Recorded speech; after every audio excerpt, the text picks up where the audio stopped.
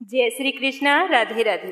करवा चौथ का व्रत रखने वाली सभी बहनों को मेरी तरफ से शुभाशीष और ढेरों शुभकामनाएं। चौथ माता के आशीर्वाद से आपका अखंड सौभाग्य बना रहे और आपका जीवन सुखी और संपन्न हो। इसी मंगल कामना के साथ आज अपने सुनेंगे करवा चौथ की संपूर्ण व्रत कथा। इस दिन के लिए सुहागिन महिलाएं साल भर बड़े ही बेसब्री से इंतजार करती है और यह दिन आने पर बड़े ही श्रद्धा भाव से इस व्रत को पूरा करती है। करवा चौथ का त्योहार पति पत्नी के मजबूत रिश्ते, प्यार और विश्वास का प्रतीक माना गया है। प्राचीन कथाओं के अनुसार करवा चौथ की परंपरा देवताओं के समय से चली आ रही है। माना जाता है कि एक बार देवताओं और दानवों में युद्ध शुरू हो गया था। उस युद्ध में देवताओं की हार हो रही थी, तो ऐसे में परेशान होकर सारे देवता ब्रह्मा देव के पास गए और उनसे कहा कि हमें इस संकट से निजात दिलाओ। तो सारे संसार के संचालक पितामह ने कहा कि इस संकट से बचने के लिए सभी देवताओं की पत्नियों को अपने पतियों के लिए व्रत रखना चाहिए और सच्चे दिल से उनकी विजय के लिए प्रार्थना करनी चाहिए। ऐसा कहते हुए ब्रह्मदेव ने वचन दिया कि ऐसा करने से आपकी निश्चय ही जीत होगी। तो ब्रह्मदेव की यह बात सभी देवताओं की पत्नियों ने खुशी खुशी स्वीकार कर ली और सभी ने व्रत रखा। तो उस दिन कार्तिक माह के कृष्ण पक्ष की चतुर्थी तिथि थी। तो सभी ने व्रत रखकर अपने पतियों यानी कि देवताओं की विजय के लिए प्रार्थना की। तो उनकी यह प्रार्थना स्वीकार हुई और युद्ध में देवताओं की जीत हुई। इस खुशखबरी को सुनकर सभी देव पत्नियों ने अपना व्रत खोला और बाद में भोजन किया। उस समय आकाश में चांद भी निकल आया था। तो माना जाता है कि उसी दिन से करवा चौथ के व्रत की परंपरा शुरू हुई थी। करवा चौथ के दिन व्रत रखने वाली हर बहन को मेहंदी अवश्य लगानी चाहिए।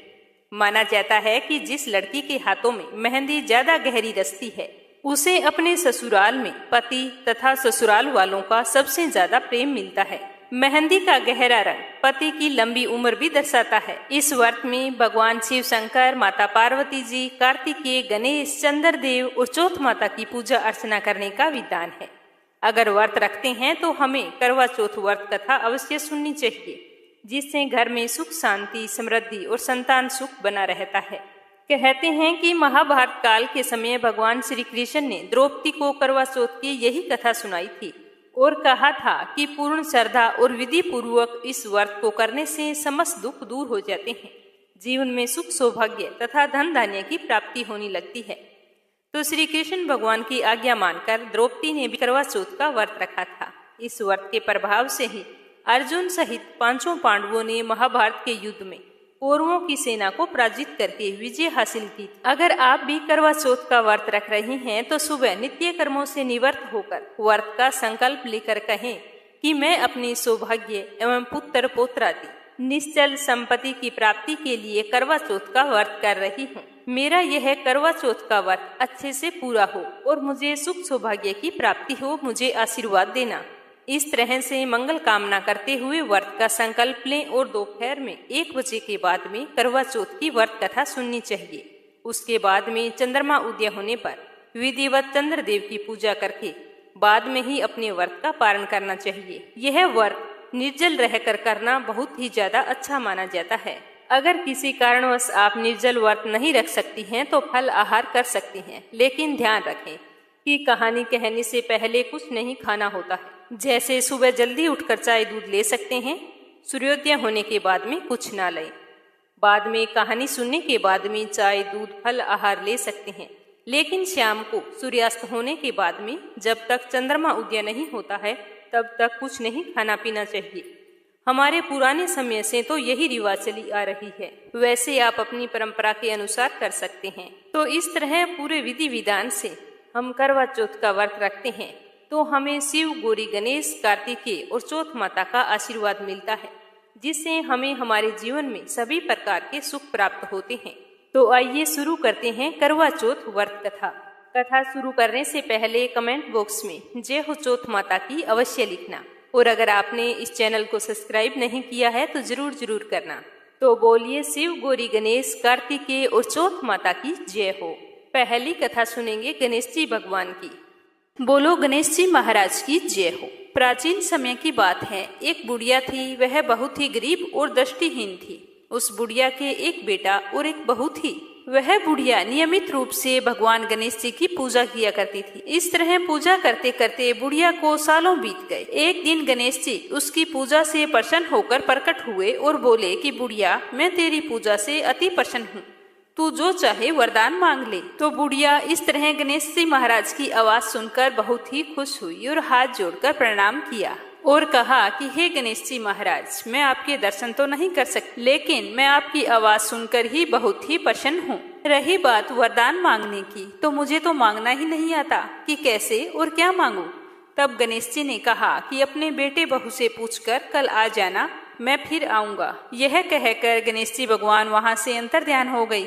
बुढ़िया अपने घर आई और अपने बेटे से कहा कि बेटा, आज गणेश जी प्रकट होकर बोले थे कि मैं तुम्हारी पूजा से बहुत ही प्रसन्न हूँ, तू कोई वरदान मांगना चाहती है तो मांग ले, तो बता मैं क्या मांगू। तो अपनी माँ की बात सुनकर उसके बेटे ने कहा कि माँ, तू खूब सारा धन मांग ले। बेटे की बात सुनकर बुढ़िया अपनी बहू के पास गई और पूछा कि बहू, आज गणेश जी भगवान ने मुझसे वरदान मांगने को कहा है, तू ही बता कि मैं क्या मांगू। तो अपनी सास की बात सुनकर बहू ने कहा कि सासू माँ, आप नाती मांग लो। तो बेटे बहू की बात सुनकर बुढ़िया ने सोचा कि ये तो सारे अपने अपने मतलब की बात कर रहे हैं। यह सोचकर उसने अपनी पड़ोसी सहेलियों से पूछा, तो उन्होंने कहा कि बुढ़िया, तू तो थोड़े दिन जिएगी, तू क्यों तो धन मांगे और क्यों नाती मांगे, तू अपनी आंखों की रोशनी मांग ले, जिससे तेरी बची हुई जिंदगी आराम से कट जाए।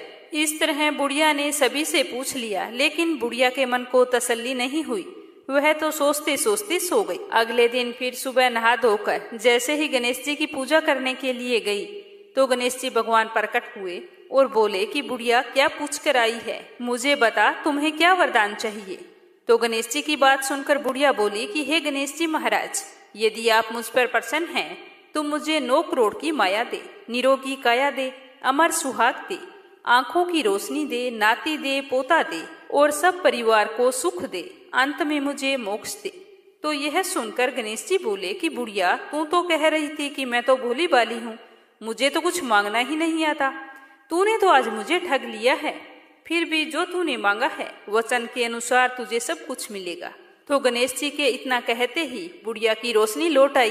तो गणेश जी के दर्शन करके बूढ़ी माई बहुत ही प्रसन्न हुई। गणेश जी भगवान आशीर्वाद देते हुए अंतर्ध्यान हो गए और बुढ़िया ने जो कुछ मांगा था उसे सब कुछ मिल गया। हे गणेश जी महाराज, जैसा तुमने उस बूढ़ी माई को दिया वैसा सबको देना, सुख सौभाग्य और शांति बनाए रखना। बोलो गणेश जी महाराज की जय हो। करवा चौथ व्रत की पहली कथा। देवी करवा अपने पति के साथ तुंगभद्र नदी के पास रहती थी। एक दिन करवा के पति नदी में स्नान करने गए तो एक मगरमच्छ ने उसका पैर पकड़ लिया और नदी में खींचने लगा। मृत्यु को करीब देखकर करवा के पति करवा को जोर जोर से पुकारने लगे। अपने पति की इस तरह से चीख पुकार सुनकर करवा भागकर नदी के पास गई तो देखती है कि एक मगरमच्छ उसके पति को मृत्यु के मुंह में ले जा रहा था। तो यह देखकर करवा बुरी तरह से डर जाती है। फिर वह एक कच्चा धागा लेकर मगरमच्छ को बांधकर एक पेड़ से बांध देती है। करवा एक पतिव्रता स्त्री थी। करवा के अस्तित्व के कारण मगरमच्छ कच्चे धागे में ऐसा बंधा कि टस से मस नहीं हो पा रहा था। करवा के पति और मगरमच्छ दोनों के प्राण संकट में फंसे थे। करवा ने यमराज को पुकारा और अपने पति को जीवन दान देने और मगरमच्छ को मृत्यु दंड देने के लिए कहा। तो यमराज वहां पर प्रकट हुए और कहा कि मैं ऐसा नहीं कर सकता, क्योंकि अभी मगरमच्छ की आयु शेष है और तुम्हारे पति की आयु पूरी हो चुकी है। तो क्रोधित होकर करवा ने यमराज से कहा कि अगर आपने ऐसा नहीं किया तो मैं आपको श्राप दे दूंगी। तो यमराज भी उस पतिव्रता नारी की बात सुनकर घबरा गई और श्राप से बचने के लिए उसके पति को जीवन दान दिया और मगरमच्छ को यमलोक भेज दिया। तो करवा के सतीत्व के कारण ही उसके पति की जान बची थी।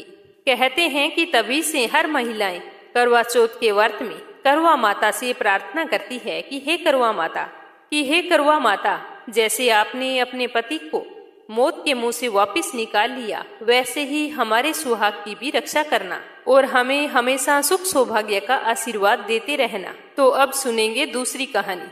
बोलिए चौथ माता की जय हो। एक साहूकार के एक पुत्री और 7 पुत्र थे। समय के साथ साहूकार ने अपने सारे पुत्रों की और अपनी पुत्री की शादी कर दी। एक समय की बात है कि उनकी पुत्री एक बार मायके आई हुई थी। तो उसकी माँ और भाभियां व्रत रख रही थी। तो उन्हें पूजा पाठ करते हुए देखकर उसने पूछा कि भाभी माँ, आप ये क्या कर रही हैं? तो उनकी भाभियों ने उत्तर दिया कि हम करवा चौथ का व्रत रख रही हैं। तो उसने पूछा कि आप ये व्रत क्यों रख रही हैं, इसके करने से क्या फल मिलता है? तो उसकी भाभी ने बताया कि करवा चौथ का व्रत रखने से अखंड सौभाग्य की प्राप्ति होती है, पति पर आया हुआ हर संकट दूर हो जाता है, घर में सुख समृद्धि का वास होता है।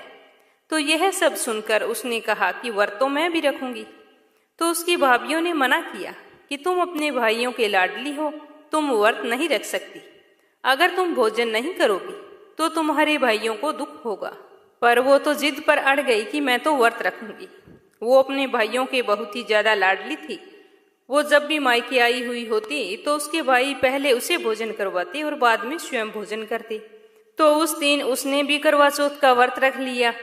सारा दिन निराहार भूखी प्यासी रही। शाम को जब उसके भाई घर पर आए तो उन्हें अपनी बहन उदास सी दिखाई दी। तो उन्होंने पूछा कि आज हमारी बहन उदास कैसे है? तो उसकी भाभियों ने बताया कि ननंद बाईसा ने आज करवा चौथ का व्रत रखा है। तो उसके भाई तो ये सुनकर बहुत ही दुखी हो गए कि ये सब आपने किया है, हमारी बहन को सारा दिन भूखी प्यासी रखा है। चलो कोई बात नहीं, व्रत तो हो गया, अब ऐसे करो व्रत का पारण कर लो, फिर हम भी भोजन करेंगे। तो वो बोली कि भैया मैं अभी भोजन नहीं करूंगी, चंद्रमा उदय होने पर भोजन करूंगी। तो इस तरह से सुनकर उसके भाई तो बहुत मायूस हो गए और सोचने लगे कि हमारी प्यारी बहन सारा दिन बिना पानी बिना भोजन के रही है, कितनी ही परेशान हुई होगी। तो सारे भाई आपस में राय करने लगे कि हमें कुछ ना कुछ तो करना होगा। तो ऐसा सोचते हुए दो भाई घर से बाहर चले गए और बाहर जाकर एक झाड़ी के पीछे आग जलाई और उसके आगे चलनी खड़ी कर दी। तो भाई जो घर पर थे उन्होंने कहा कि देखो बहन, चंद्रमा निकल आया है, देख लो और उसके बाद में भोजन कर लो।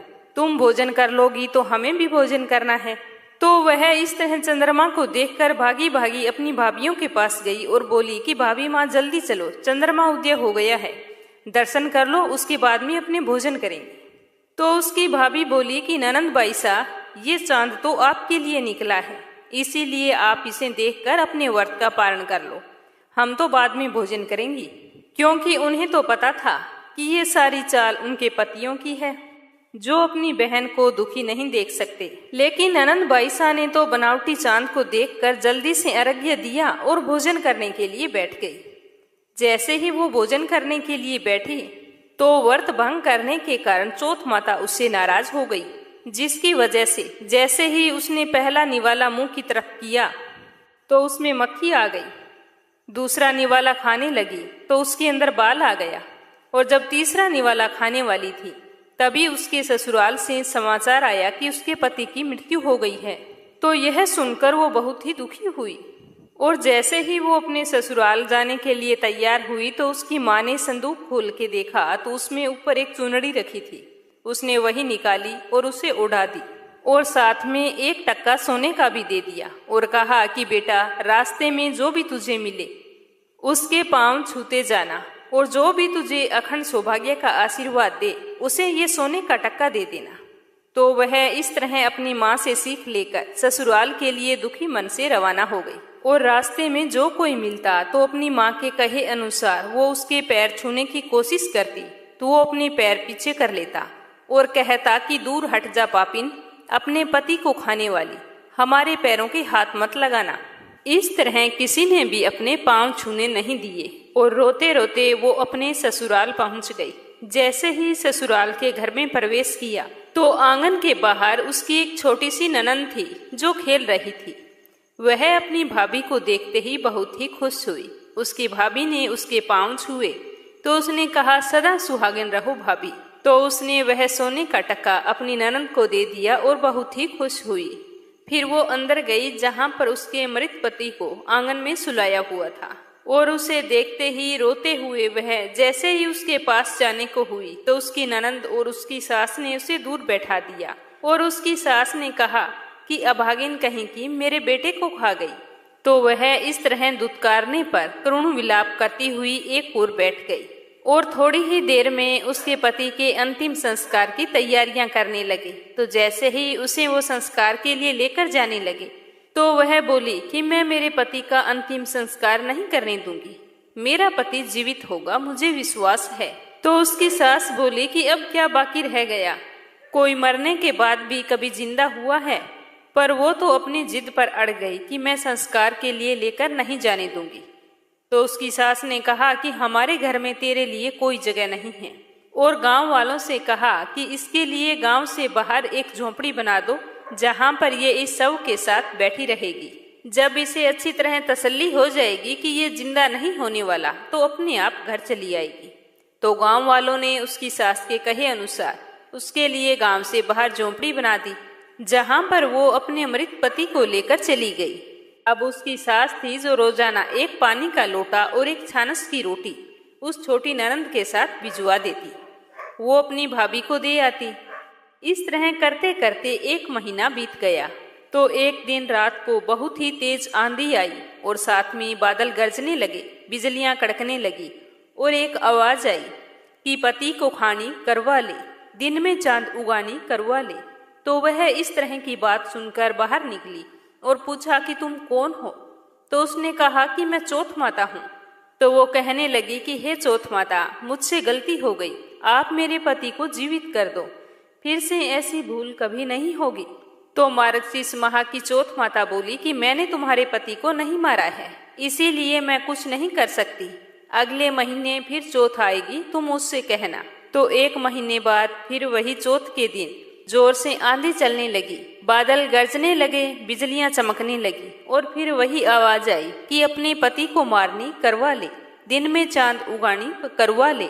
तो वह भागकर बाहर निकली और पूछा कि तुम कौन हो। तो उसने कहा कि मैं पोष माह की चौथ माता हूँ। तो वह करुण विलाप करने लगी और रोने लगी कि माता, मुझसे गलती हो गई, मेरी गलती क्षमा करो और मेरे पति को जीवित कर दो।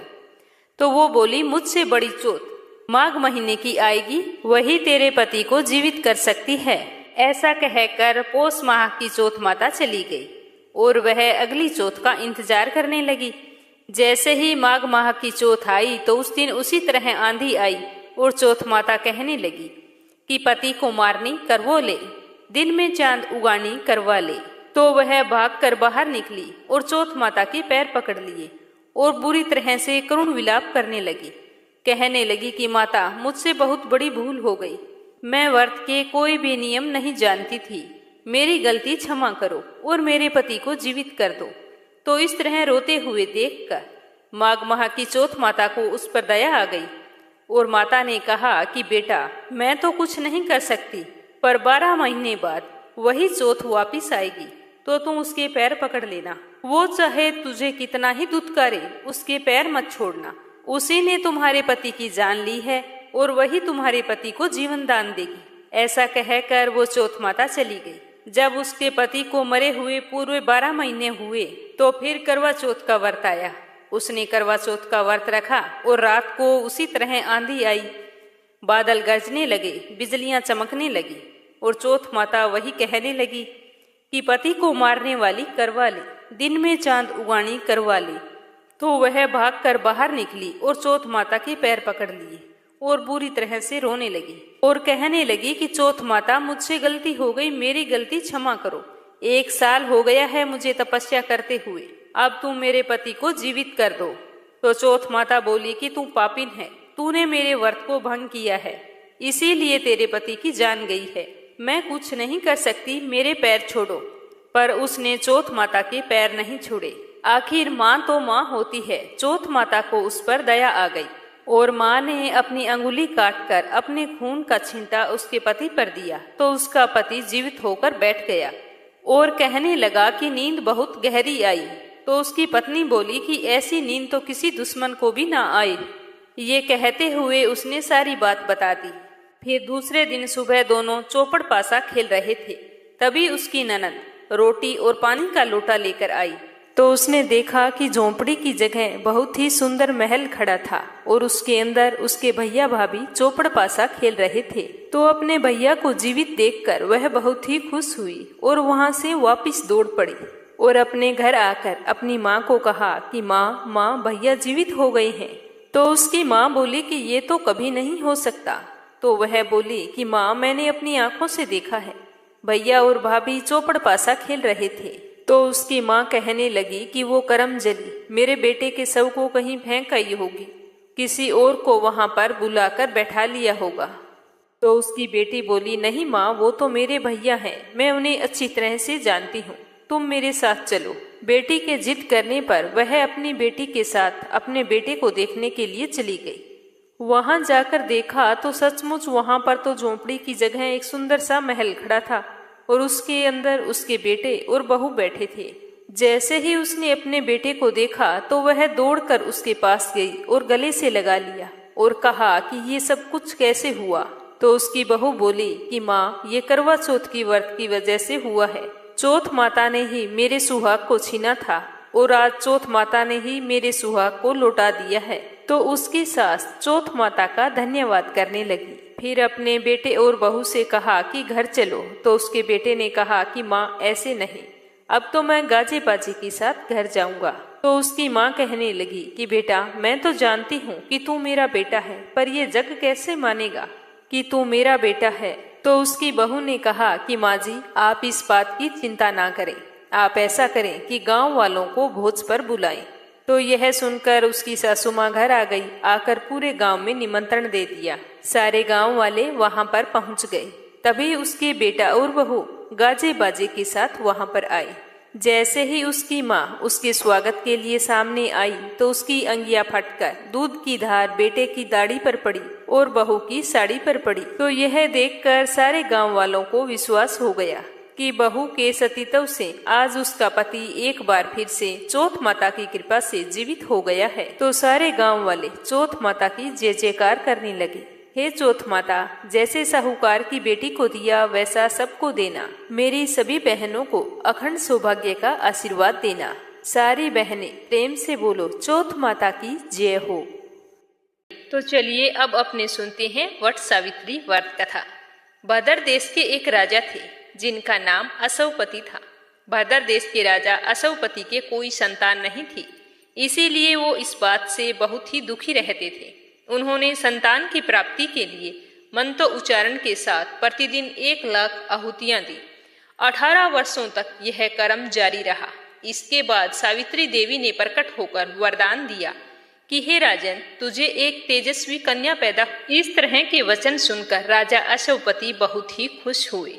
9 महीने बाद उनके घर बहुत ही सुंदर कन्या ने जन्म लिया। सावित्री देवी की कृपा से जन्म लेने के कारण उस कन्या का नाम भी सावित्री रखा गया। कन्या बड़ी होकर बेहद ही रूपवान और गुणवान थी, हर कार्य में निपुण थी। सावित्री के बड़ा होने पर उसके पिताजी को उसके विवाह की चिंता हुई। वो उसके लिए वर ढूंढने लगे, लेकिन योग्य वर न मिलने के कारण सावित्री के पिता बहुत ही दुखी रहने लगे। तो एक दिन सावित्री ने कहा कि पिताजी, आप इतने उदास क्यों रहते हो, मुझे बताओ कि क्या बात है। तो उसके पिताजी ने कहा कि बेटा, मैं तुम्हारे लिए कोई योग्य सुंदर वर तलाश कर रहा हूँ, लेकिन वो मुझे नहीं मिल रहा। अब मैं चाहता हूँ कि तुम स्वयं ही अपने लिए वर तलाश करो। पिता की आज्ञा पाकर सावित्री तपोवन में चली गई। वहां पर सालव देश के राजा धूमतसेन रहते थे। उनका राज्य तो किसी ने छीन लिया था। उनके पुत्र सत्यवान को देखकर सावित्री उस पर मोहित हो गई और उसे पति के रूप में उसका वरण कर लिया। ऋषि राज नारद को जब इस बात का पता चला तो वह राजा असवपति के पास पहुंचे और कहा कि हे राजन, यह आप क्या कर रहे हैं। सत्यवान गुणवान है, धर्मात्मा है, बलवान भी है, लेकिन एक चिंता की बात है कि उसकी आयु बहुत ही छोटी है। वह अल्पायु है, 1 वर्ष के बाद ही उसकी मृत्यु हो जाएगी। तो ऋषि राज नारद की बात सुनकर राजा असवपति घोर चिंता में डूब गई। तो फिर सावित्री ने अपने पिताजी से पूछा कि पिताजी, आप चिंतित क्यों हैं। तो उसके पिताजी ने कहा कि पुत्री, जिस राजकुमार को तूने अपने वर के रूप में चुना है वह अल्पायु है। मैं चाहता हूँ कि तुम किसी और को अपना जीवन साथी बनाओ।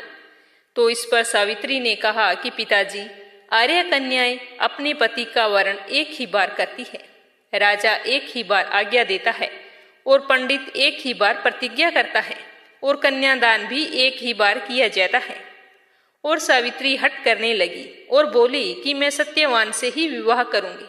तो राजा असवपति ने सावित्री के कहने पर उसका विवाह सत्यवान से कर दिया। विवाह के बाद सावित्री अपने ससुराल यानी कि जंगल में जाकर अपनी सास ससुर की सेवा करने लगी। समय बीतता चला गया।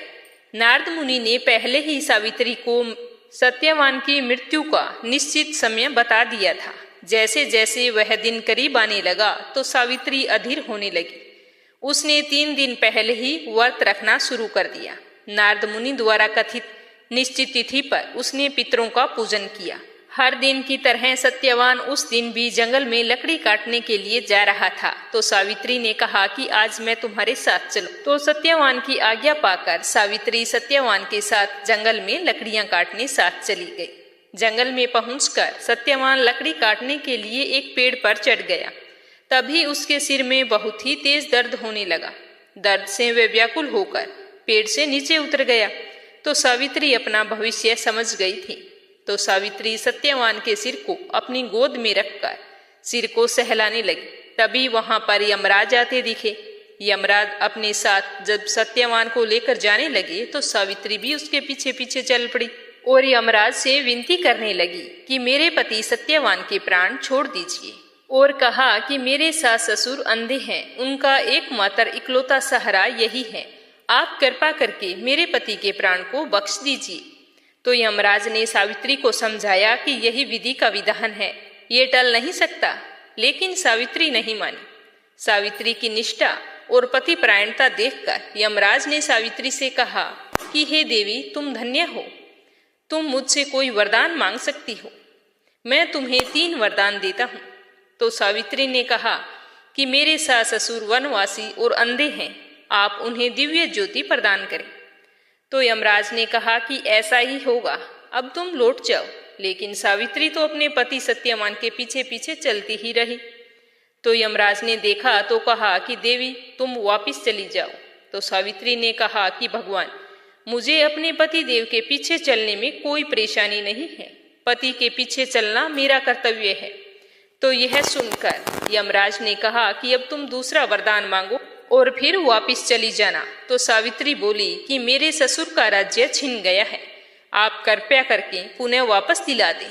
तो यमराज ने सावित्री को यह वरदान भी दे दिया और कहा कि अब तुम लौट जाओ।